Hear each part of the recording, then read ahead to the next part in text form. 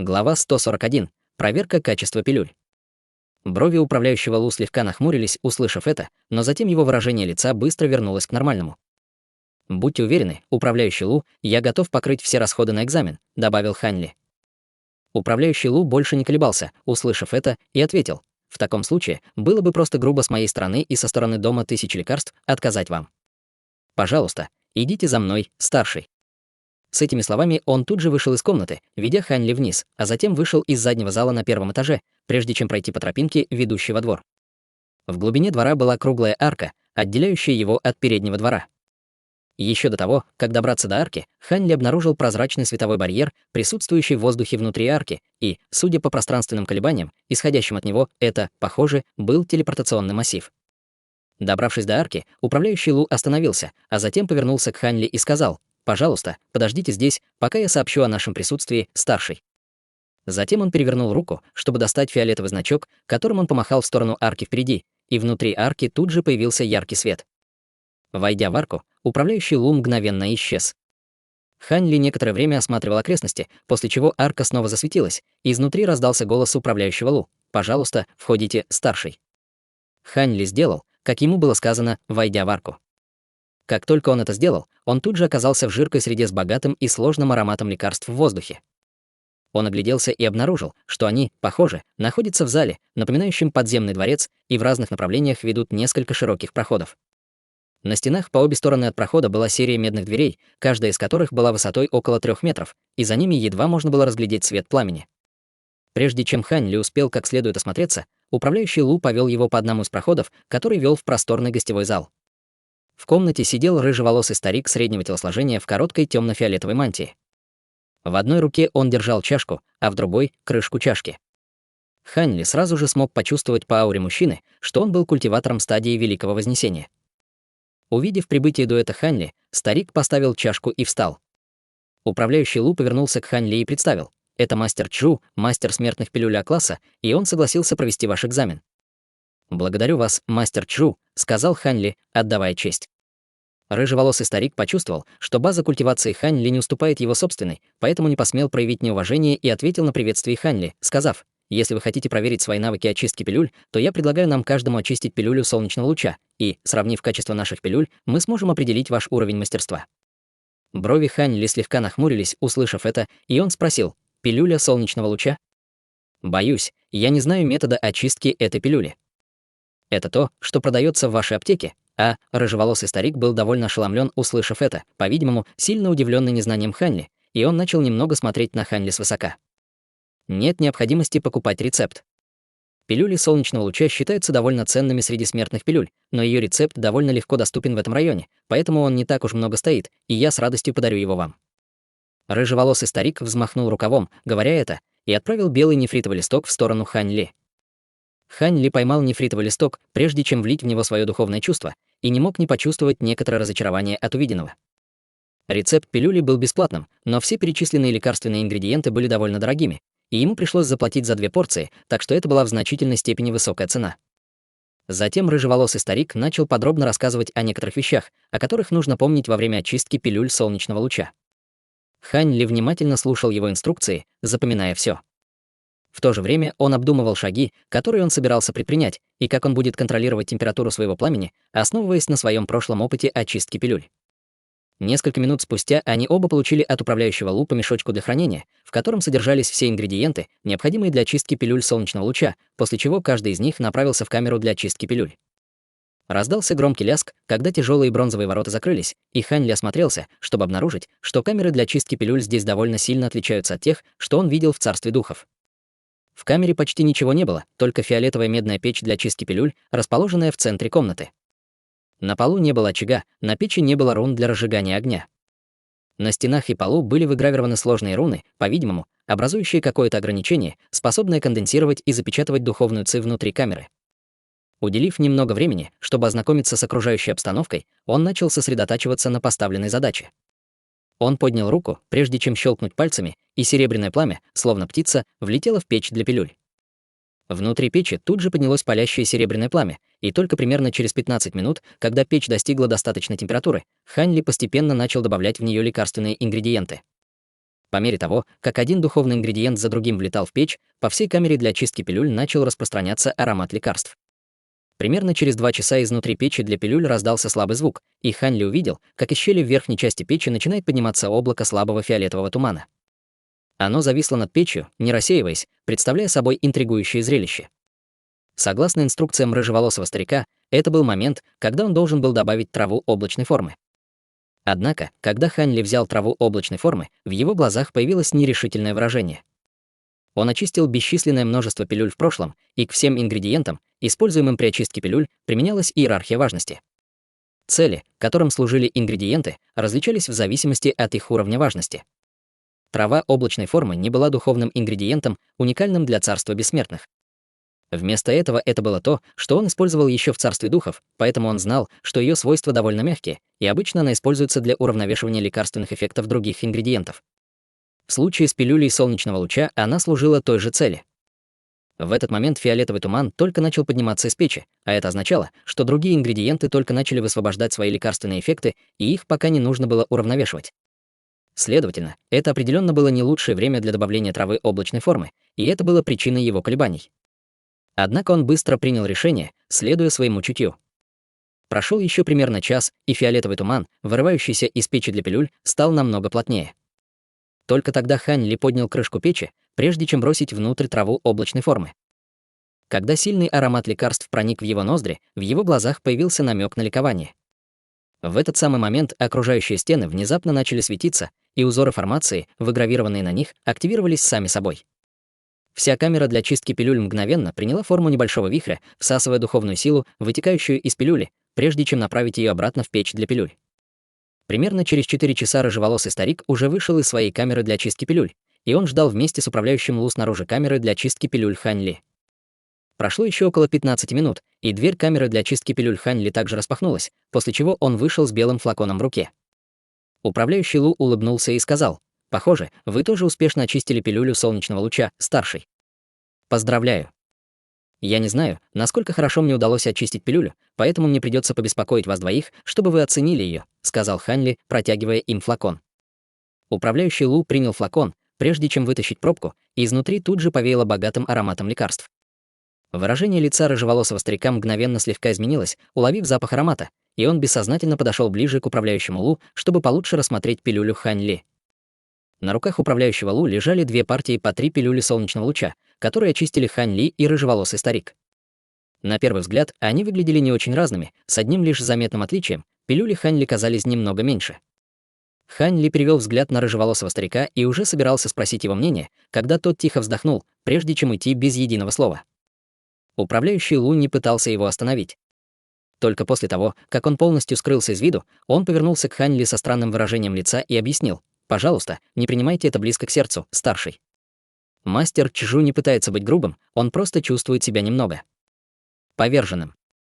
Ханли тут же понял, что пытается сказать управляющий Лу, и с улыбкой махнул рукой, говоря: «В таком случае мне придется побеспокоить вас, чтобы вы оценили эти пилюли, управляющий Лу». Управляющий Лу не был мастером очистки пилюль, но он был очень опытным оценщиком пилюль, и он сказал: «Если то, что вы сказали ранее, правда, и вы действительно не сталкивались ни с какими высококачественными пилюлями царства бессмертных до этого, то я могу только сказать, что у вас огромный талант к очистке пилюль. Ваш контроль над температурой невероятно точен, что позволяет вам уничтожать все примеси в этих пилюлях солнечного луча, а также полностью сохранять лекарственный эффект. Качество этих пилюль превосходит качество тех, что очищены мастером Чжу. Так какое место я занимаю как мастер очистки пилюль в царстве бессмертных?» — спросил Ханли, когда на его лице появилась легкая улыбка. «Хотя на этот раз вы очистили только пилюлю солнечного луча, судя по качеству пилюли, вы, несомненно, уже являетесь мастером смертных пилюль А-класса», — ответил управляющий Лу с серьезным выражением лица. Ханли кивнул в ответ с задумчивым выражением лица. Хотя ему не нужно было демонстрировать все свои навыки при очистке пилюли такого калибра, уровень сложности и трудности очистки этой пилюли не уступал уровню пилюль высшего уровня царства духов. Подумав об этом, его прошлые навыки очистки пилюль, скорее всего, принесли бы ему только ранг мастера смертных пилюль С-класса в царстве бессмертных. Управляющий Лу видел, что Ханли, похоже, не особо рад этой оценке, и добавил: «Учитывая ваши нынешние навыки очистки пилюль, определенно есть шанс, что в будущем вы сможете стать мастером земных пилюль». «Спасибо за доброе слово, товарищ Даос Лу», — ответил Ханли, и тут же принял решение, решив стать мастером небесных пилюль. Как только он достигнет этого уровня, ему нужно будет только найти подходящий рецепт пилюль, и он сможет очистить эти таинственные кристаллы, созданные флаконом, контролирующим небеса в пилюле Даа. У него было уникальное преимущество перед другими в том, что ему было гораздо легче получить духовные материалы, содержащие силу законов. После недолгого колебания управляющий Лу спросил: «Могу я спросить, планируете ли вы постоянно проживать в городе Черного Ветра, или вы просто приехали сюда временно?» Брови Хань Ли слегка нахмурились, услышав это, и управляющий Лу поспешно объяснил: «Пожалуйста, не поймите меня неправильно, старший. Я просто хотел пригласить вас присоединиться к нашему дому тысячи лекарств в качестве приглашенного мастера пилюль. Учитывая ваши навыки, я уверен, что вы в кратчайшие сроки займете второе место после мастера Хао, и как только вы туда доберетесь». Хань Ли махнул рукой, чтобы перебить управляющего Лу, и сказал: «Я всего лишь ненадолго заехал в этот город, но я ценю ваше доброе предложение». Управляющий Лу понял, что Хань Ли, похоже, не лжет, поэтому он мог только вздохнуть с тоской и оставить эту тему. После этого Хань Ли купил еще несколько пилюль восстановления истока, а затем оплатил их вместе со стоимостью пилюль солнечного луча, прежде чем тут же уйти. Конечно, он также забрал 6 пилюль солнечного луча, очищенных им самим и рыжеволосым стариком.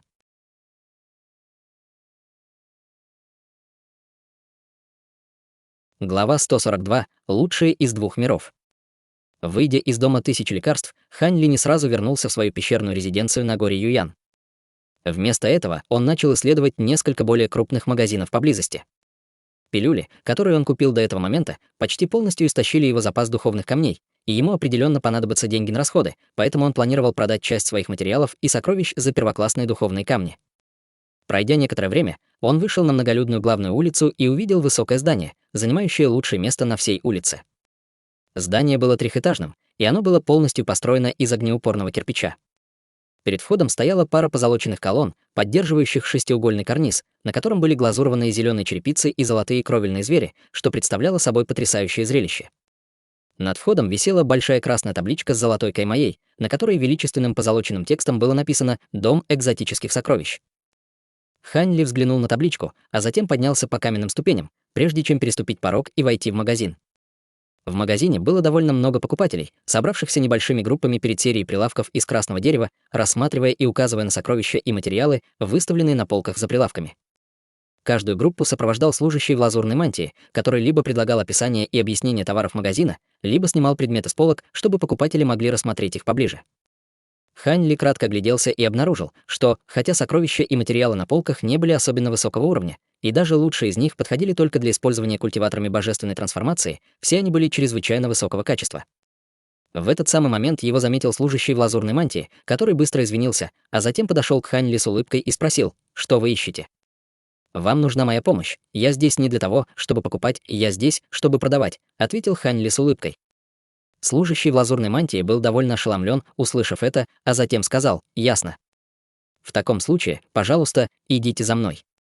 Мастер Хай и мастер Ху всегда занимались закупкой предметов в нашем доме экзотических сокровищ, поэтому я отведу вас к ним.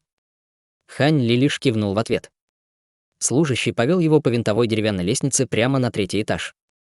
Планировка 3-го этажа полностью отличалась от планировки 1-го этажа. Вместо магазина он больше напоминал чайную комнату, и здесь было несколько отдельных комнат. Служащий подошел к двери одной из комнат, а затем позвал: «Мастер Хай, мастер Ху, я привел клиента». Дверь комнаты распахнулась, и Хань Ли увидел 2 человек, сидящих друг напротив друга, а на столе между ними лежала доска для игры в го, на которой было несколько десятков черных и белых камней. Они оба посмотрели на Хань Ли и, почувствовав его ауру, тут же встали и поклонились ему. Среди них был ученый-мужчина средних лет в лазурной мантии, и он махнул рукой, чтобы отпустить служащего, а затем сказал: «Меня зовут Хай Улян, а это мой коллега Худаю». «Могу я узнать ваше имя, товарищ Даос?» Внимание коротко стриженного старика все еще было сосредоточено на игре, и его взгляд оставался прикованным к доске для го. Он лишь слегка улыбнулся и рассеянно кивнул Хань Ли. «Можете звать меня Люши», — ответил Хань Ли. «Мы вдвоем всегда отвечали за оценку и покупку предметов здесь, в доме экзотических сокровищ. Тот факт, что вас привели сюда, должно быть, означает, что у вас есть что-то, что вы хотите нам продать, верно?» — спросил ученый-мужчина с теплой улыбкой. «Совершенно верно. У меня есть колокольчик духа воды, который я хотел бы оценить», — ответил Хань Ли с улыбкой. Он перевернул руку, говоря это, и на его ладони появился маленький синий колокольчик. Колокольчик был сверкающим и прозрачным, на его поверхности были выгравированы сложные руны, а также вокруг него вращалось несколько полос света, напоминающих блуждающих драконов. Глаза Хай Уляна тут же загорелись при виде колокольчика, и коротко стриженный старик тоже наконец отвел взгляд от доски для Го.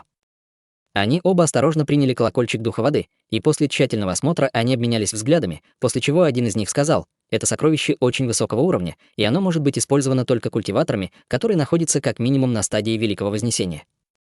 Однако, похоже, это не атакующее или защитное сокровище. Вместо этого его можно использовать только для запечатывания всей духовной ци в определенной области. Это было сокровище, которое Хань Ли достал из браслета для хранения Хань Цу, и, как сказал коротко стриженный старик, это было довольно нишевое сокровище. Следовательно, это было первое сокровище, которое Хань Ли хотел продать. Вы действительно правы, товарищ Даос.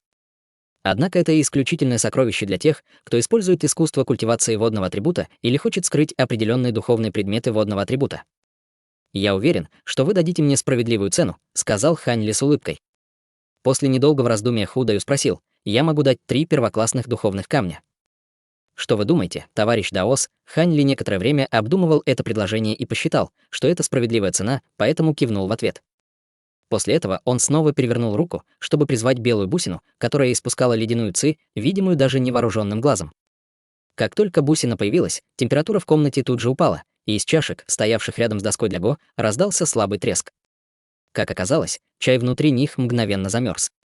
Глаза двух оценщиков снова загорелись, и они начали внимательно осматривать бусину. Примерно через час Хань Ли медленно вышел из дома экзотических сокровищ. Хай Улян и Ху Даю настояли на том, чтобы сопроводить его на первый этаж и проводить из магазина. Перед его уходом они неоднократно приглашали его вернуться, если у него есть еще какие-нибудь сокровища, которые он хочет продать, и заверили его, что дадут ему хорошие цены. Хань Ли с улыбкой поблагодарил их, а затем повернулся, чтобы уйти, и два оценщика смотрели ему вслед, пока он полностью не скрылся из виду, прежде чем вернуться в дом экзотических сокровищ к большому недоумению всех служащих и покупателей магазина. Они купили у Хань Ли 5 сокровищ и 1 духовный материал, и были в восторге, думая, что сделали огромную добычу.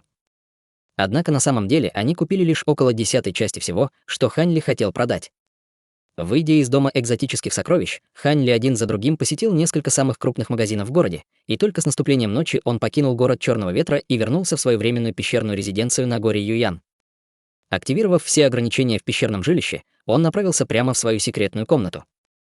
Внутри он перевернул руку, чтобы призвать свою лазурную маску быка, а затем надел ее на лицо. Затем он постучал указательным и средним пальцами по глобелле, произнося заклинание, и из маски вырвался поток лазурного света, образовав гигантскую матричную пластину на стене.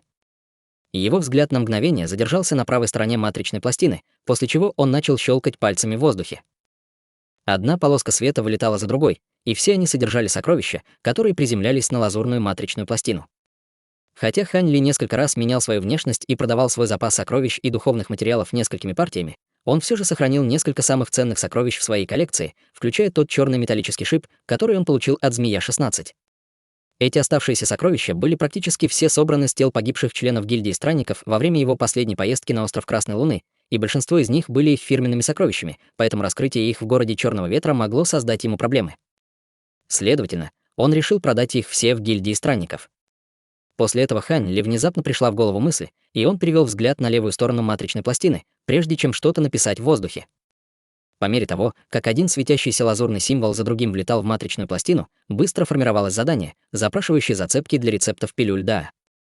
Сделав все это, он убрал маску и закрыл глаза, чтобы помедитировать. Несколько дней пролетели в мгновение ока, и Хань Ли думал, что пройдет очень много времени, прежде чем он получит ответ на свое задание о рецепте пилюли Даа, но, к его удивлению, это было первое, на что он получил ответ. Однако ему не дали никаких рецептов пилюль Даа. Вместо этого ему сообщили, что то, что он просит, слишком ценно, и такая вещь обычно не появляется в обычной торговле. Только высокоуровневые основные члены гильдии странников могли время от времени встретить кого-то, кто был готов выставить рецепт пилюли Даа на торги, но даже тогда условия торговли всегда были чрезвычайно строгими и практически невыполнимыми. Хань Ли также сообщили, что если он сможет получить титул мастера небесных пилюль и подходящий залог, то получить рецепты пилюль Даа будет гораздо проще. На самом деле, если бы он мог выполнить эти два условия, то ему даже не пришлось бы самостоятельно искать рецепты пилюль Даа. Вместо этого другие члены гильдии снабжали бы его рецептами и ингредиентами, чтобы он мог очищать для них пилюли. После этого Хань Ли поинтересовался некоторыми вопросами, связанными с тремя высшими законами, и ему сказали, что существует много писаний, которые якобы позволяют культивировать высшие законы, но большинство из них находится во владении могущественных сущностей в царстве бессмертных, и они обычно держатся в секрете от посторонних. Что касается некоторых из тех, которые циркулировали во внешнем мире, то они были либо неполными, либо ущербными и ненадежными, поэтому никто не осмеливался их культивировать. Кроме того, в течение последних нескольких дней все сокровища, которые Хань Ли выставил на продажу в гильдии странников, были распроданы одно за другим. В дополнение к духовным камням, которые он получил от продажи сокровищ и материалов в городе Черного Ветра, он заработал небольшое состояние в размере более 600 первоклассных духовных камней. Это была астрономическая сумма богатства для среднего культиватора, но в глазах Хань Ли этого было далеко недостаточно для грандиозного аукциона, который должен был состояться через 3 года, и для огромных затрат, которые потребовались бы, чтобы покинуть море Черного Ветра. Однако он не был чрезмерно обеспокоен и опубликовал еще одно задание для гильдии странников, на этот раз по поиску семян цветка рождения души.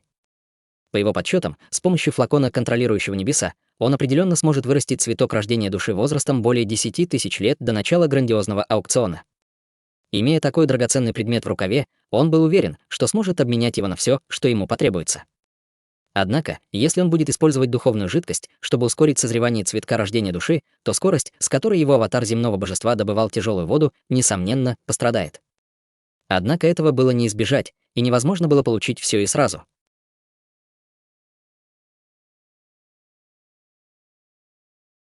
Глава 143. Пропавший без вести. Несколько дней спустя. Хань Ли, погруженный в созерцание в своей тайной комнате, внезапно распахнул глаза и вышел, взмахом рукава рассеивая запечатывающее заклинание. Врата пещеры отворились, и на пороге предстал Мусюэ. Он поспешно отвесил почтительный поклон. «Старший Лю, мне удалось разузнать кое-что о деле, которое вы мне поручили». «Входи», — кивнул Хань Ли, приглашая гостя в свою обитель. Мусюэ, не теряя времени, перешел к делу. Согласно собранным сведениям, существует 2 официальных способа получить место для телепортации. «Какие же?» — вопросил Хань Ли. Первый — достичь стадии истинного бессмертного и выше, служить приглашенным старейшиной в поместье хозяина острова, исполняя его поручения в течение 100 лет. По истечении этого срока вам будет предоставлено место. Второй способ — выполнить некоторые из миссий, которые время от времени объявляет поместье хозяина острова. В качестве награды за такие миссии иногда предоставляется место для телепортации, ответил Мусюэ. Хань Ли задумался. Первый способ, естественно, не подходил. Объявление о розыске от вездесущего павильона и тот, кто запечатал его зарождающуюся душу, были подобны 2 мечам, постоянно висящим над его головой. Это было одной из главных причин, по которой он так спешил покинуть море Черного Ветра. 100 лет — слишком долгий срок, и он не знал, что может случиться за это время. Что касается второго метода, то любые миссии, наградой за которые было место для телепортации, определенно были бы довольно сложными. Но это определенно было более осуществимо, чем первый способ, поэтому стоило обратить на это внимание. После краткого молчания Мусюэ понизил голос. Помимо этих 2 официальных методов, я слышал, что места для телепортации также продаются на черном рынке, но цена всегда очень высока. Сколько обычно стоит место? Как минимум 5 камней бессмертного происхождения, и даже тогда, я слышал, их очень трудно купить, ответил Мусюэ. Хань Ли покачал головой. В дополнение к требуемой плате за телепортацию, это составило бы в общей сложности 10 камней бессмертного происхождения. Для культиватора ранней стадии истинного бессмертного, даже если он вообще не будет культивировать, потребуется 1000 лет, чтобы создать 10 таких камней. Он ранее спрашивал о них в гильдии странников и узнал, что иногда можно найти камни бессмертного происхождения для обмена, но запрашиваемая цена за каждый из них обычно составляла около 100 первоклассных духовных камней, и как только они появлялись, их тут же обменивали. Учитывая нынешние обстоятельства, было ясно, что хозяин города Черного Ветра не очень-то стремился позволить людям покинуть море Черного Ветра.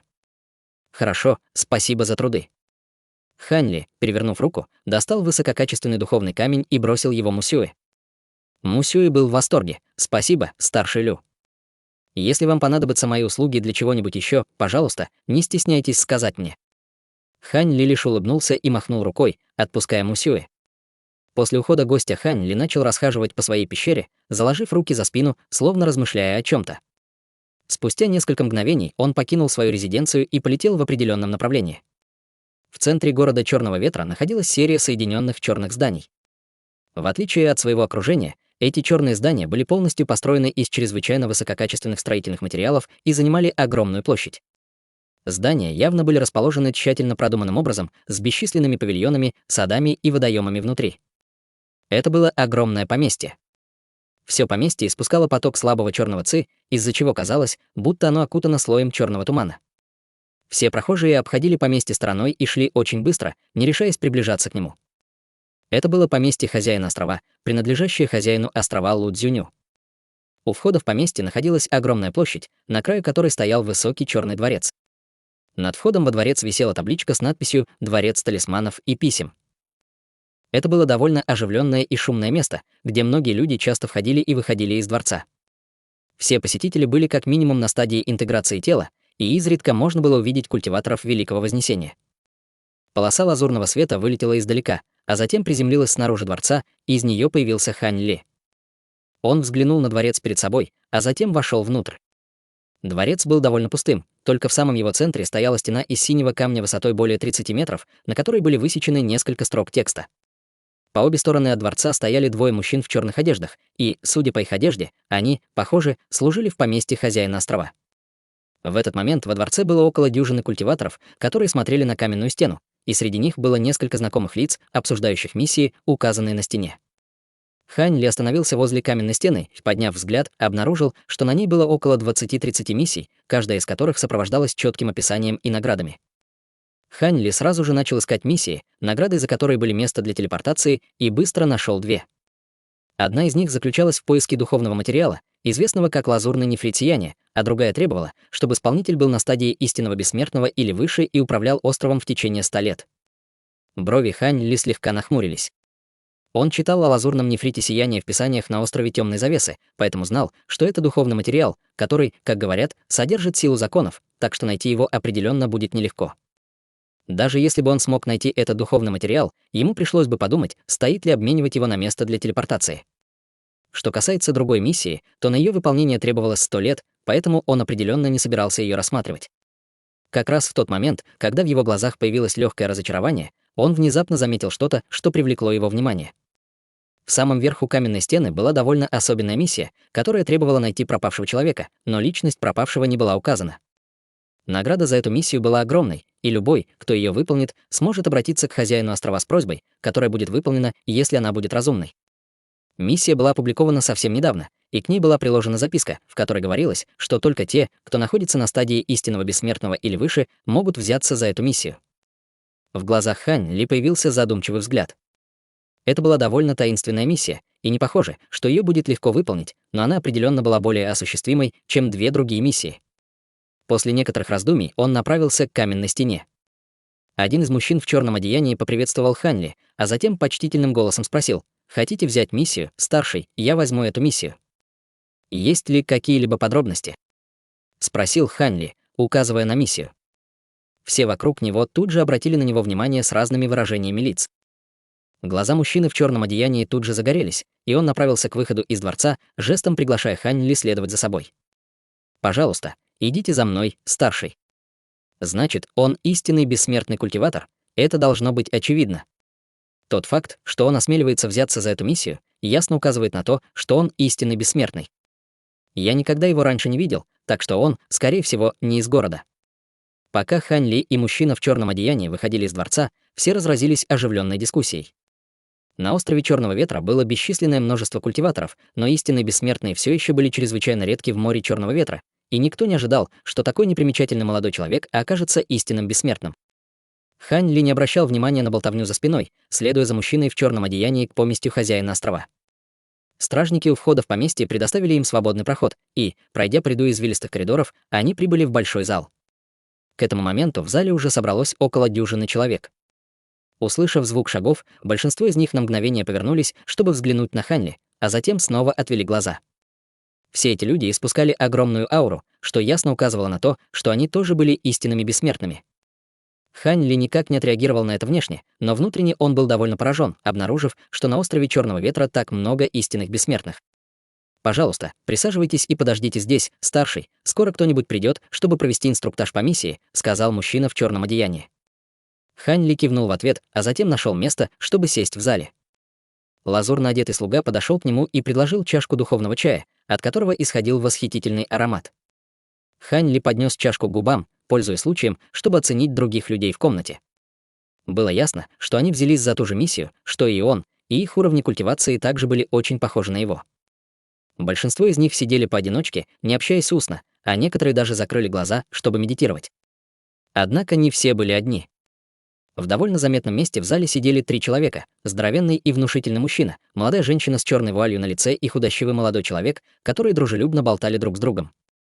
«Приветствую, товарищ Даос, меня зовут Гуань Юн». Пока Хань Ли наблюдал за окружающими, рядом с ним раздался голос, и, как оказалось, к нему подошел пухлый молодой человек с улыбкой на круглом лице. «Меня зовут Люши». «Рад познакомиться, товарищ Даос Гуань», — ответил Хань Ли кивком, ставя чашку. «Я тебя не узнаю, брат Лю». «Может быть, ты недавно приехал на остров Черного Ветра?» Гуань Юн явно обладал очень общительным характером и уже называл Хань Ли братом. Хань Ли поднял бровь. «Действительно, я прибыл на остров Черного Ветра всего несколько дней назад». «Как ты узнал? У меня очень общительный характер, и я люблю заводить друзей, а в городе Черного Ветра не так много истинных бессмертных, поэтому я знаю почти всех», — объяснил Гуань Юн с улыбкой. «Понятно. Твоя способность заводить друзей очень достойна восхищения», — сказал Хань Ли, кивая. Гуань Юн был довольно разговорчивым человеком, а Хань Ли все равно было нечего делать, поэтому он завязал с ним непринужденную беседу. Он расспросил Гуань Юны о некоторых других присутствующих и смог узнать довольно много из разговора. Прошло около половины дня, за это время в зале прибыло еще 2 истинных бессмертных. Ровно в полдень из-за зала раздались шаги, и появился внушительный мужчина средних лет в черном парчевом халате. Как только он прибыл, вся комната мгновенно затихла, и даже троица, которая дружелюбно болтала друг с другом, прекратила свой разговор. Зрачки Хань Ли слегка сузились при виде мужчины, стоявшего перед ним. Он чувствовал, будто смотрит на высокую гору, и аура, исходящая от тела мужчины, заставляла его сердце содрогаться от страха. Хозяин острова. Гуань Юн первым поднялся на ноги и поприветствовал мужчину средних лет. Хань Ли и остальные тоже отсалютовали, внимательно рассматривая самую могущественную фигуру во всем море Черного Ветра.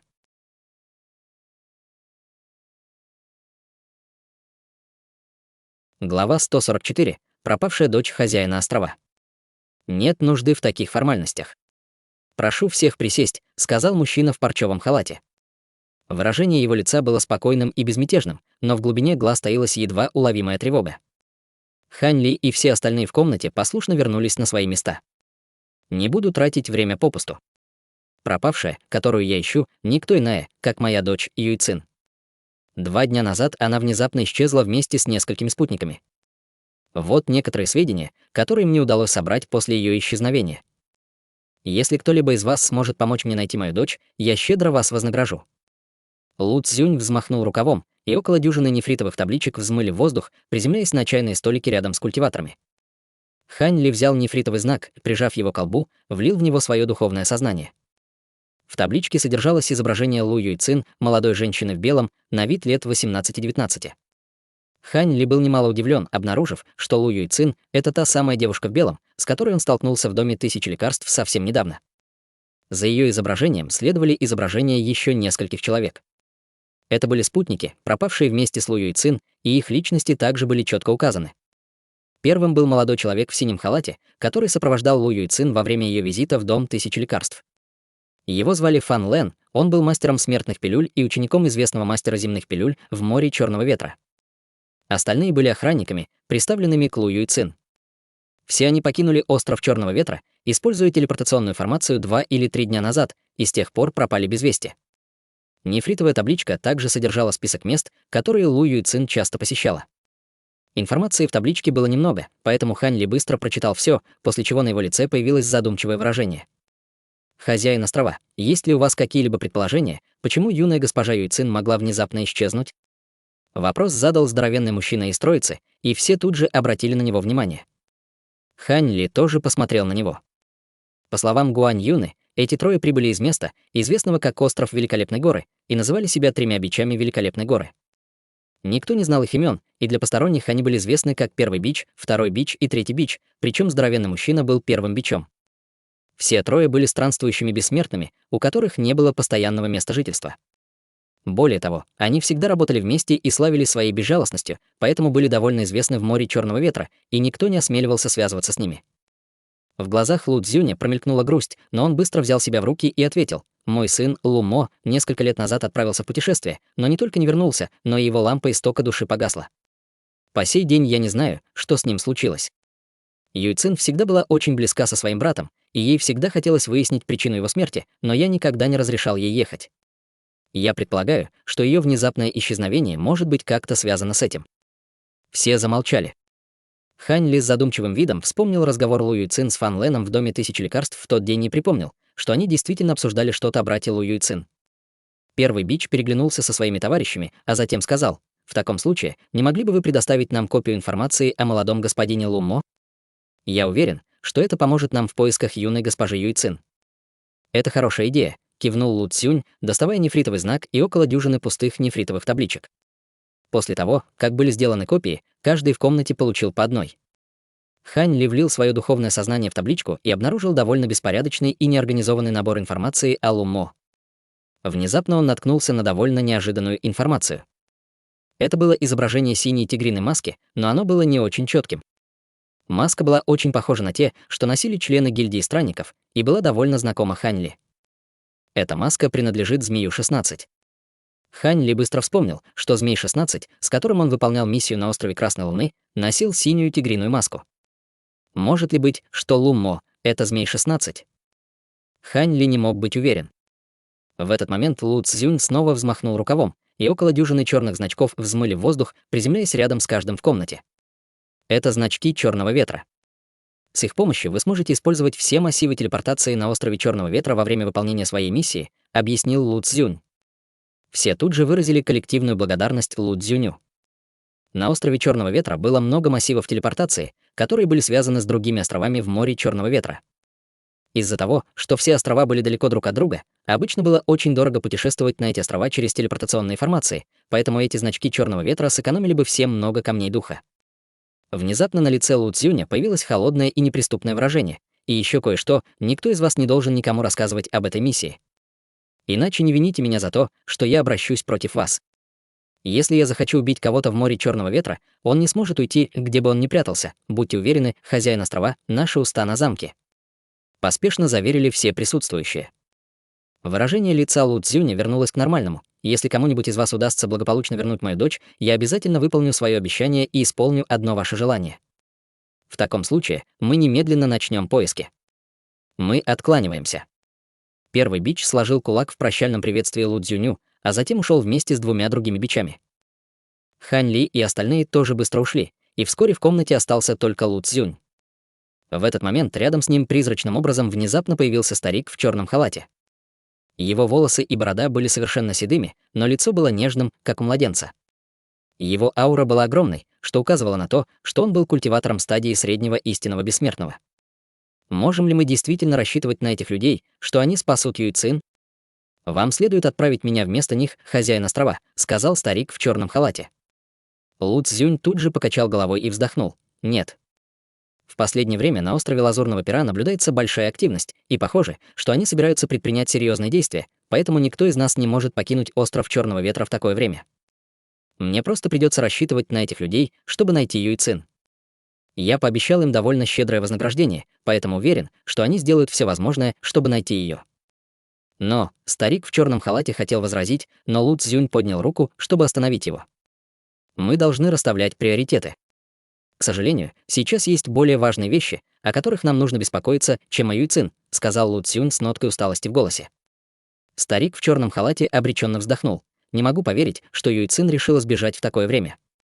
Она делает все, что хочет, потому что я ее избаловал. Как только она вернется, я преподам ей хороший урок. Холодно фыркнул Лу Цзюнь. Юй Цин не виновата.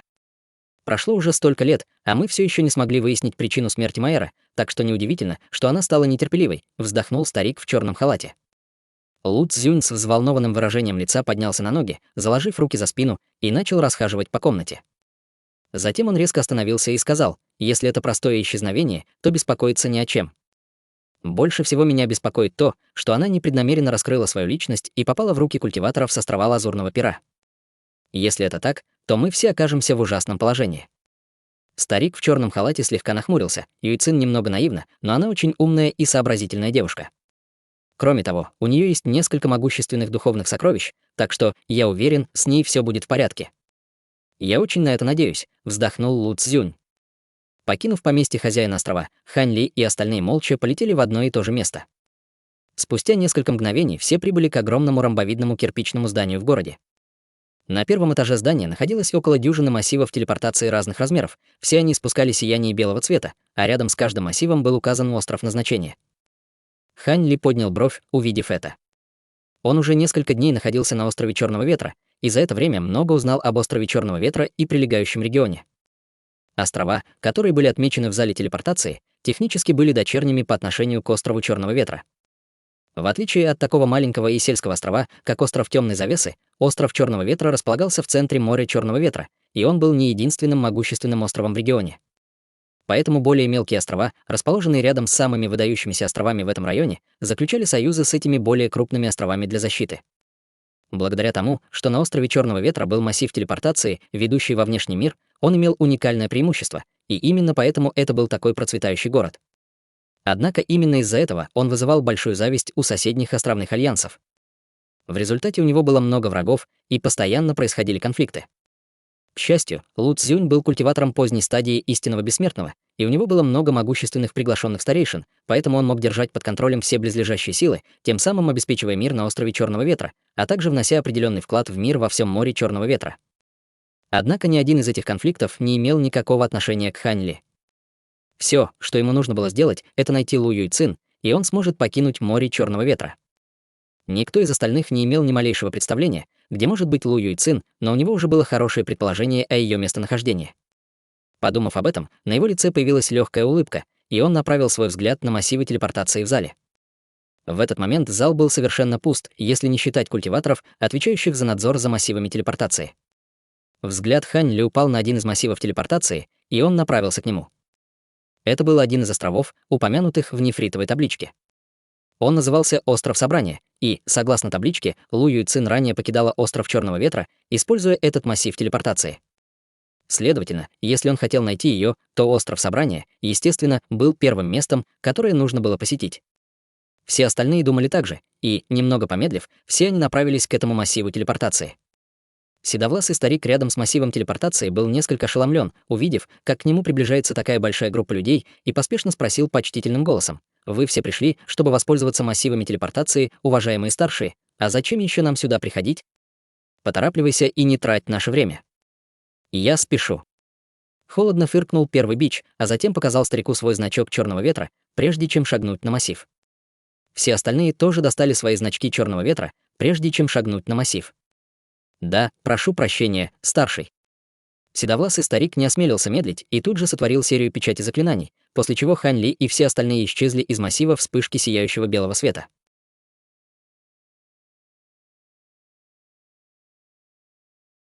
Глава 145. Поиск. В глазах Хань Ли вспыхнул ослепительный белый свет, и в следующий миг он очутился в лазурном каменном зале, стоя на вершине массива телепортации. Едва все вышли из массива, несколько человек, включая 3 бичей, немедленно вылетели из зала. Миссия могла быть выполнена только одним, поэтому конкуренция была ожесточенной. Хань Ли и остальные культиваторы обменялись несколькими взглядами, а затем молча вышли из зала. Зал располагался на возвышенности, откуда открывался вид на сложную систему улиц и дорог, а также на бесчисленные человеческие фигуры, крошечные, словно семена кунжута. Очевидно, это тоже был город, причем довольно большой и оживленный, но, естественно, он не мог сравниться с городом Черного Ветра. «Ты кажешься очень уверенным, брат Лю. Может быть, у тебя уже есть идея, с чего начать поиски?» — спросил Гуань Юн с улыбкой. На лице Хань Ли появилась кривая усмешка, когда он ответил: «Боюсь, что нет, брат Гуань. Я сейчас ломаю голову, пытаясь понять, где может быть юная госпожа Лу. А ты? Ты что-нибудь придумал? Я так же потерян, как и ты». «Похоже, все, что мы можем сделать, это искать ее грубой силой», — вздохнул Гуань Юн. Они немного поговорили, а затем разошлись. К этому моменту все остальные тоже уже ушли.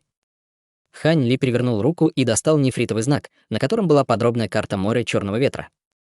Затем он влил свое духовное сознание в нефритовый знак и быстро отследил местонахождение острова Собрания. Похоже, я был прав. В его глазах появился задумчивый взгляд, и он взмыл в небо полосой лазурного света, прежде чем устремиться вдаль. Вскоре он уже вылетел с острова Собрания и некоторое время летал над близлежащим морем, чтобы убедиться, что за ним никто не следит. Затем он сложил печать руками, и из его тела вырвались бесчисленные дуги серебристой молнии, мгновенно образовав круглую формацию молний диаметром более 30 метров. Внутри формации вспыхивали бесчисленные серебряные руны, и формация внезапно исчезла среди оглушительного раската грома, оставив после себя лишь несколько дуг серебристой молнии, которые тоже быстро рассеялись. Несколько дней спустя. Где-то в море черного ветра вспыхнула молния, и из воздуха появился серебряная формация, который быстро исчез, открыв немного уставшего Хань Ли. Он огляделся и увидел на горизонте черную точку, которая, похоже, была островом. Наконец-то, пробормотал он себе под нос и вместо того, чтобы продолжать использовать СВО. Формацию молниеносной телепортации полетел к острову полосой лазурного света. Учитывая его нынешнюю скорость, ему потребовалось совсем немного времени, чтобы добраться до острова. Земля на острове перед ним имела своеобразный красный оттенок, как и вся растительность на острове. Это был никто иной, как остров Красной Луны, остров, который он ранее посещал по заданию гильдии странников. Остров Собрания был ближайшим из дочерних островов острова Черного Ветра к острову Красной Луны, и, кроме того, Хань Ли знал, что есть очень большая вероятность того, что Лу Мо был змеем 16, поэтому он знал, что очень вероятно, что Лу Юйцин тоже собрала достаточно улик, чтобы выяснить, что Лу Мо погиб на острове Красной Луны. Даже если это были всего лишь догадки Хань Ли, у него не было других зацепок, поэтому ему не оставалось другого пути. Он обратил свой взор на остров Красной Луны, и его брови слегка нахмурились. Остров был слишком огромен, поэтому даже с его духовным чутьем потребовалось бы очень много времени, чтобы прочесать весь остров. Подумав немного, он снова рванул полосой лазурного света, летя к городу Красной Луны в провинции Кунь, где Змей 16 встретил свою кончину. В то же время его духовное чувство было полностью активировано, чтобы осмотреть окрестности. Он не мог обыскать весь остров, поэтому мог выбрать только наиболее вероятное место. Ему потребовалось не более полудня, чтобы преодолеть почти половину пути до пункта назначения острова Красной Луны, но пока что он не смог найти никаких дальнейших зацепок. Внезапно он словно что-то заметил и резко остановился, прежде чем спуститься на землю. Внизу раскинулся пышный лес, а в земле была длинная траншея длиной в сотни метров. Почва по краям траншеи была полностью обуглена, словно ее сожгли. Эти следы битвы очень свежие, так что, похоже, битва произошла совсем недавно, пробормотал Хань Ли себе под нос. От обугленной почвы все еще исходило некоторое тепло, и, судя по нанесенному ущербу, виновник должен был быть как минимум культиватором Великого Вознесения. Хань Ли больше не стал задерживаться здесь, снова поднялся в воздух и продолжил лететь вперед. Он старался быть особенно бдительным и, конечно же, по пути обнаружил еще много подобных следов битвы. Примерно через час Хань Ли спустился на луг. Земля впереди была полностью обуглена и усеяна бесчисленными кратерами глубиной в сотни метров, что явно указывало на то, что здесь недавно произошла ожесточенная битва. Он распространил свое духовное чувство по окрестностям, затем поманил в определенном направлении, и почва в одном из больших кратеров впереди слегка шевельнулась, после чего оттуда вылетел кусок черной ткани и попал в руки Хань Ли. Глядя на кусок черной ткани, Хань Ли вспомнил черную одежду, которую носили культиваторы, служившие в поместье хозяина острова на острове Черного Ветра. Материал был идентичен. Подумав об этом, он немедленно снова поднялся в воздух полосой лазурного света и в мгновение ока исчез вдали. Немного погодя над гигантским кратером вспыхнула серебристая молния, и он вернулся на то же место. Впереди не было никаких дальнейших следов битвы. Он не знал, кто были враги Лу Юйцин, но было ясно, что она и ее спутники потерпели здесь поражение, и было неясно, жива она или мертва. Внезапно глаза Хань Ли засияли ярко-синим светом, и в то же время на его лбу среди вспышки черного света появился его глаз разрушения законов. 3 вспышки света, одна черная и 2 синие, сошлись перед ним, образовав огромный черно-синий глаз, который испускал волны черно-синего света, распространявшиеся во всех направлениях. Вся изначальная ци мира в окрестностях мгновенно возникла в его сознании с исключительной ясностью, напоминая бесчисленные пятнышки света, хаотично движущиеся во всех направлениях. Хотя в этих хаотичных пятнышках света, казалось, не было ни рифмы, ни причины, он смог разглядеть след малинового света, который, казалось, дрейфовал в определенном направлении. Он немедленно отправился в этом направлении, летя так быстро, как только мог, и в мгновение ока исчез на дальнем горизонте. Вскоре после этого Хань Ли резко остановился, а затем полетел в другом направлении. Человек, оставивший ауру, здесь сменил направление. Лишь после нескольких смен направления затянувшаяся аура наконец пошла в одном направлении, и Хань Ли смог по-настоящему начать преследование. Раздался грохочущий раскат грома, когда из его тела вырвались бесчисленные дуги серебристой молнии, и еще один громкий раскат грома раздался, когда он исчез с места. В следующее мгновение он вновь появился в сотнях километров, затем снова исчез среди очередной вспышки молнии. Он не осмеливался телепортироваться слишком далеко каждый раз, боясь, что его цель снова сменит направление, но даже при этом он все равно передвигался с необычайной скоростью. Затянувшаяся аура в воздухе становилась все яснее и яснее, указывая на то, что он приближается к своей цели. В районе моря, где-то недалеко от острова Красной Луны, полоса ярко-красного света неслась по воздуху с невероятной скоростью, содержащая огненно-красный летающий ковчег. На вершине летающего ковчега стояли 3 фигуры, 2 из которых были квадратным лицом средних лет и пожилым мужчиной с белой бородой. Оба они были одеты в лазурные одежды с вышитым на рукаве лазурным пером. Они стояли рядом с великолепной молодой женщиной в белом халате, все тело которой было сковано цепью красного света, и она смотрела на 2 мужчин с сильной яростью и ненавистью в глазах. «Ускорься еще немного», — поторопил пожилой мужчина, осматривая окрестности с плотно нахмуренными бровями. Это уже настолько быстро, насколько может двигаться этот ковчег драконьего пера, братцы. Быстрее этого, и духовная природа ковчега пострадает. Кроме того, мы уже убили всех этих культиваторов с острова Черного Ветра и несколько раз меняли направление. Уверен, что никто не сможет нас выследить, беспечно сказал мужчина с квадратным лицом. Мы не можем позволить себе расслабляться, пока не вернемся на остров Лазурного Пера. Продолжая ускоряться, я покрою расходы на ремонт любого ущерба твоему ковчегу, настаивал пожилой мужчина. Хорошо. Мужчина с квадратным лицом слегка раздраженно пожал плечами, а затем выпустил серию печати заклинаний. Вокруг летающего ковчега мгновенно появились бесчисленные малиновые руны, напоминая волнообразную волну. Ковчег немедленно ускорился примерно на 30%, мчась так быстро, что окружающий пейзаж превратился в сплошное размытие. Увидев это, выражение лица пожилого мужчины немного смягчилось, и он перевернул руку, чтобы достать пластину массива. Однако, как раз в тот момент, когда он собирался активировать пластину массива, его выражение лица резко изменилось, и он развернулся, чтобы посмотреть за ковчег. «В чем дело, братцы?» — спросил мужчина с квадратным лицом с недоумевающим выражением лица. «Кто-то гонится за нами», — воскликнул пожилой мужчина с мрачным выражением лица. Мужчина с квадратным лицом тоже немедленно повернулся, чтобы посмотреть за ковчег, и на его лице появилось удивленное выражение. Конечно же, на горизонте появилась серебристая молния, которая непрерывно вспыхивала. Более того, с каждой вспышкой серебристая молния становилась немного больше, указывая на то, что тот, кто гонится за ними, быстро приближается. «Какая невероятная скорость!» — воскликнул пожилой мужчина с ошеломленным выражением лица, в то время как в глазах Лу Юйцин появился проблеск ликования. Черт, мужчина с квадратным лицом стиснул зубы, затем изверг изо рта полный рот кровавой эссенции и сделал быструю серию печати руками, в то время как кровавая эссенция превратилась в шар малинового света, который исчез в летающем ковчеге. Из ковчега мгновенно вырвались полосы огненно-красного света, и весь ковчег словно загорелся. В результате он ускорился вдвое и начал мчаться по воздуху, как красное размытие. Хотя летающий ковчег еще больше ускорился, его скорость все же явно уступала его преследователю, и расстояние между ними все еще медленно сокращалось. Вскоре преследователь был всего в нескольких десятках километров. Увидев это, на лице пожилого мужчины появилось мрачное выражение, и он как раз собирался перейти к действию, когда за его спиной вспыхнула еще одна серебристая молния, а затем исчезла во вспышке. В следующее мгновение прямо над ними раздался грохочущий раскат грома, и появился шар серебристой молнии, за которым последовал еще один оглушительный раскат грома, когда вниз с разрушительной силой обрушилась молния толщиной с резервуар с водой.